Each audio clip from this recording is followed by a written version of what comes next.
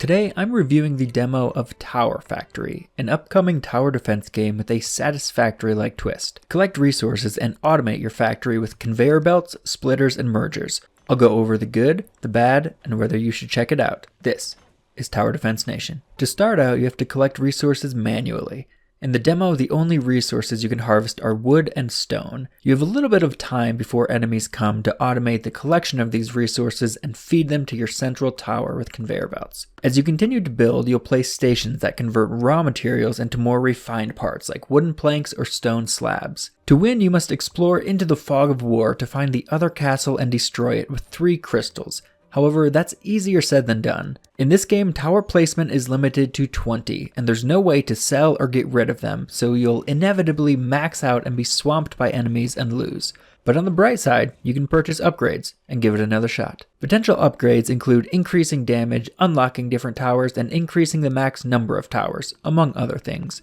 In the demo, we have Tier 1 upgrades, with at least Tiers 2 and 3 being available in the full game. Each time you play the map, it'll be slightly different, but mostly the same. Exploring the map, you'll find different tiles that buff your towers, there's little treasures, crystals, and of course more trees and rocks. You'll probably lose again, get some upgrades, and the cycle continues.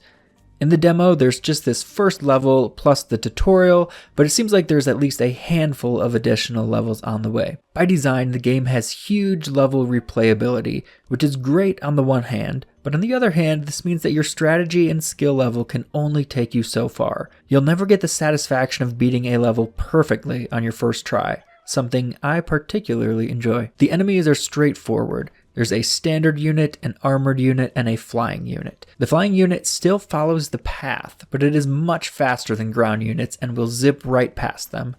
I don't fully understand the theme of a mushroom, crab, and a hornet, but you spend about half your time managing resources and not looking at enemies, so whatever. Overall, I think the build system is pretty good. You can duplicate structures by middle-clicking them, and conveyor belts are super easy to drag and place where you need them to be. A neat feature is that when resources deplete, you can just move your various factory bits to a new location at 0 cost. This makes resource piles running out way less of a big deal. One mildly annoying aspect of this, however, is that you can only move them one at a time.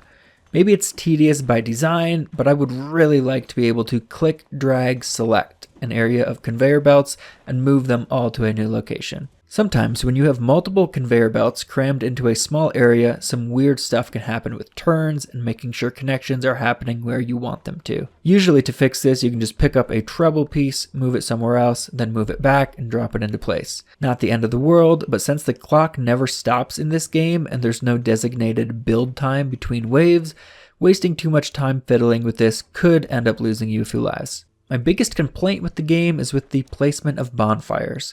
I love the concept of exploring into the darkness, but it often just feels disappointing at how little area is cleared. Sometimes you can place your bonfire at the very edge of your vision, and this works great. But most of the time I can clearly see an empty tile, but it's considered out of bounds when it comes to bonfire placement. I am mildly concerned that progression through upgrades and doing the same levels over and over again might feel like a bit of a slow grind when you need coins and you know there's no chance of actually beating the level for quite some time. But I guess we'll see. I'm going to hold off on giving this an overall score just yet, as it's still just the demo and a lot can change in the final release. But to say the least, I'm having fun playing it and it's worth checking out. The full game is planned to release November of 2024. Thanks for watching. For more tower defense reviews and tutorials, be sure to subscribe.